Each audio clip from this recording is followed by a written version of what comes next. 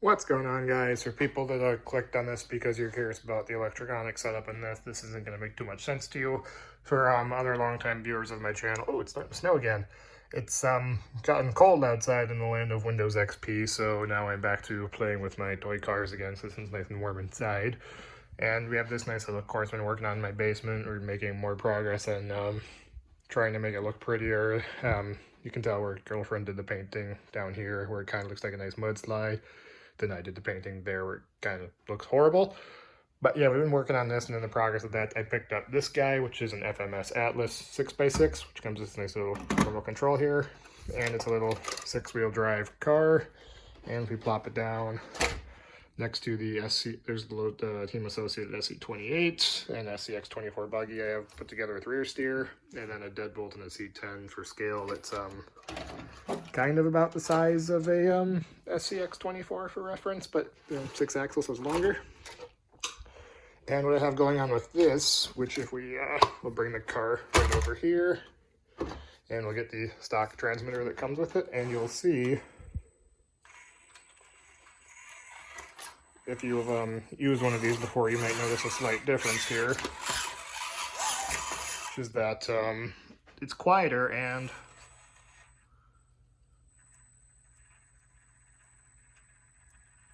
we actually have low-end control over this, and we can go slowly and crawl with it slowly.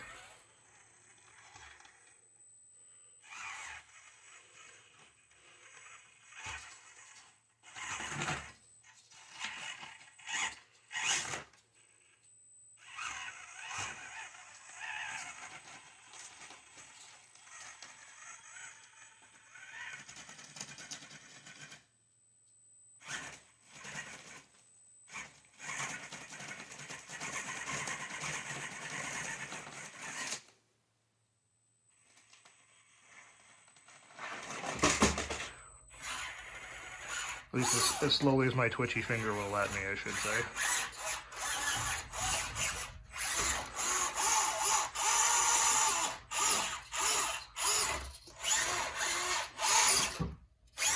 This has been the one downside of these I've noticed, is these like to get high centered super easily. But what I have going on with this in here now, if we flip the hood up, is I've swapped it over to a Hobbywing 1060 speed control with this turbo racing, so you can pull out 4-channel receiver. And there's not really a good way to mount the receiver, so it's kind of just dangling in there with all the wires zip tied together to hold it up. The 1060 speed control barely fit between the little stock body posts on the frame there. I'm just using the stock battery, and I can probably put some, I'll put some video overlaying this right now of what it was like before I swapped it. And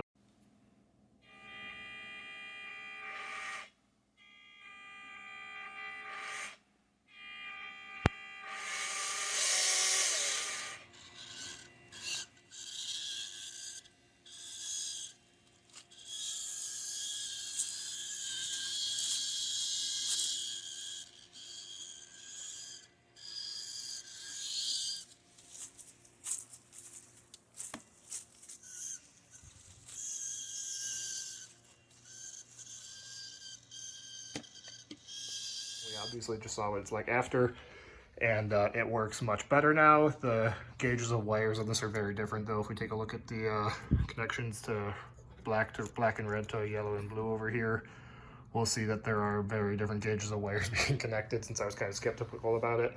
But I've got my janky ass soldering done with some electrical tape over it to bury the evidence. The way that this ended up working out was I can link the parts in the description if I remember to. That's just a normal Hobbywing 1060 quick run that does have a drag brake on it. If you pull a pin off of the running mode on it, you run it with just, you get forward and reverse like that. It just goes straight into reverse, and when you let off it, it has a drag brake. And that is a turbo racing receiver I got off eBay for like $10 and a $20 speed control.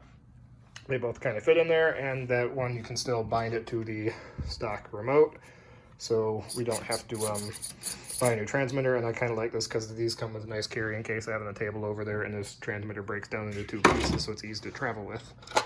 But the difference being, once you do this, you gain all kinds of slow speed control with this. If you've ever driven one of these or seen the stock videos before, they make a lot of noise, and you don't really have much slow speed crawling control with them, and you end up with a relatively slow throttle response too. But now that we have all of these electronics swapped over, we can go nice and slowly and crawl with it and not have to go between, because when these are stock right now, instead of being able to crawl stuff slowly like that, you'd have to go, it'd be nothing until the motor breaks the wheels loose, and now they're spinning way too fast. You didn't have slow speed control like you do here. So if we're trying to do slightly more technical-ish stuff like we got right here, is we're about to drop into the valley. If I can do my best to drive this with one hand.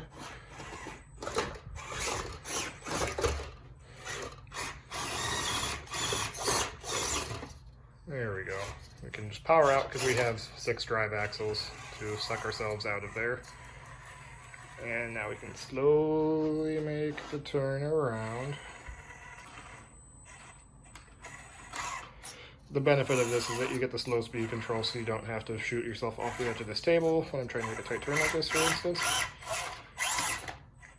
I say that isn't getting dangerously close to flipping off the edge of the table here.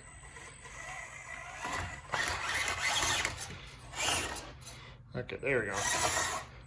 We got made up. We're gonna go under the tunnel here. Come back out this side. Now we have all this nice slow speed control. We can actually go where we want to. And I'm still debating whether or not we want to plaster over the rest of this or not, since right now this is all just expanding foam. And this side's kind of bare. But there we go, we can crawl over that. And up the big hill climb now, which for the 4-wheel drive cars, this hill is an enormous struggle. For 6-wheel drive, it really shines. But the 4-wheel drive cars like to get a little bit tippy and flip over on this, but this guy I can hit it pretty aggressively and not flip. It's just a matter of, and down it goes onto the floor. This guy's just a matter of getting it over the center of this, since this gets high centered very easily, and I think the middle axle could be further forward, and that would make it a little bit easier to deal with. But it's not, so we're going to try our best to climb our way over here. If we use that chunk of foam up there, we might be able to make it.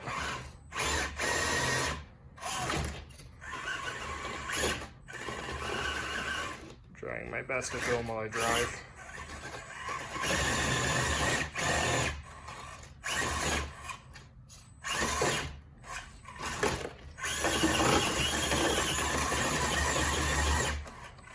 I've done this before, but I want to make it approach as crooked as possible.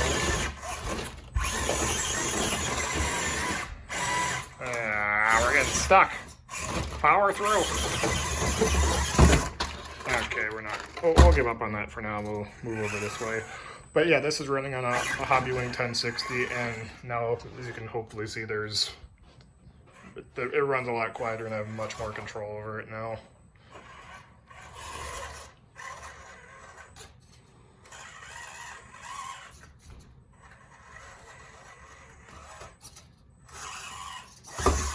Yeah, trying to 30-point turn out of here.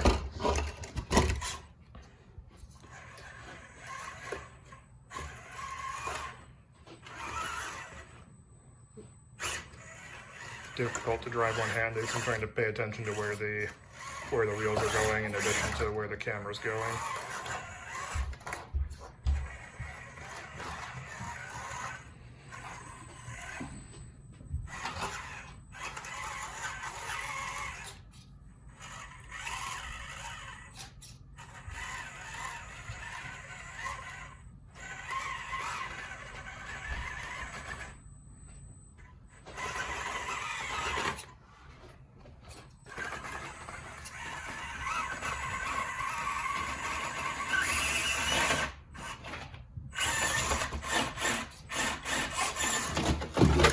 Oh, there we go. Forgot, I gotta, with the new speed control, it rocks forward and reverse a lot faster. So now I can rock it like that to get over these things I couldn't make it over before.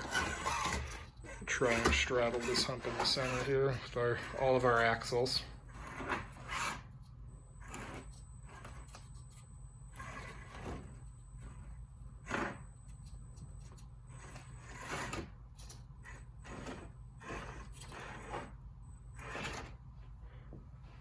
Cranking it over slowly. Which I guess the speed control makes a world of a difference on this.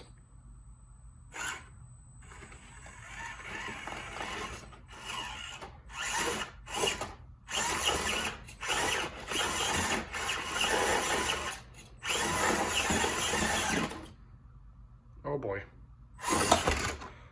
Precarious situation there, but we land on the wheel, so we'll keep going. But what I have noticed is, in addition to that, the motor on this does run a lot colder than the stock speed control. So I don't know what was going on with this out of the box, but something was very much not happy with the electronics these things come with, and now it's running much smoother, much colder, quieter, and everything appears to be a lot happier now. Let's see if we try and just this way maybe.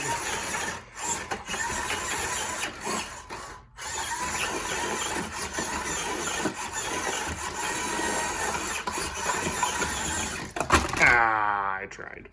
So apparently we can't make it over this way, which is the main downfall I've seen with this thing, is they get high centered like that very, very easily. I think that middle axle, it either needs bigger tires or that middle axle needs to be a little bit further forward. Tire size is kind of limited by the positioning of the rear axle. Since they go to bigger tires, the axles are going to be kind of touching each other. But we'll try and crawl through this little corner here. And like all of this was almost impossible to do on the stock electronics, since it would break the tires loose and there's no slow speed control over it.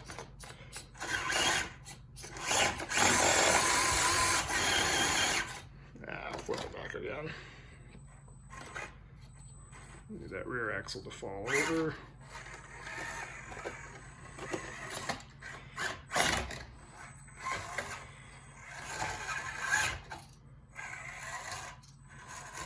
We'll try and run the new feature that we've got set up here now.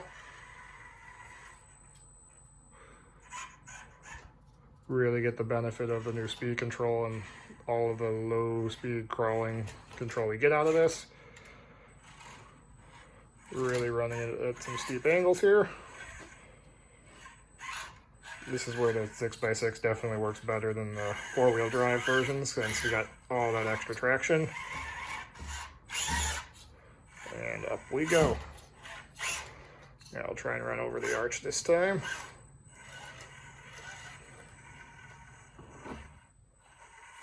But this is again, just to try and demonstrate for anybody that hasn't played with these before, that if you clicked on this video warning about the speed control, yes, it is. Hopefully you're seeing it's very worth it. Come back down from there.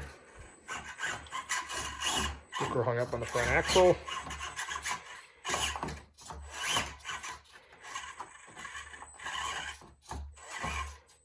There we go, now we got our tire over it. Okay, that was kind of a scary spot, but we're through it.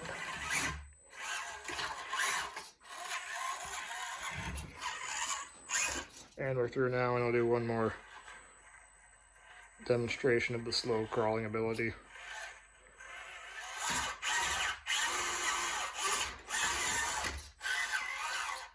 Yeah, there we go. We'll stop there. If you guys found this video slightly interesting, if you're at all curious to see how this whole course here ends up progressing, let me know.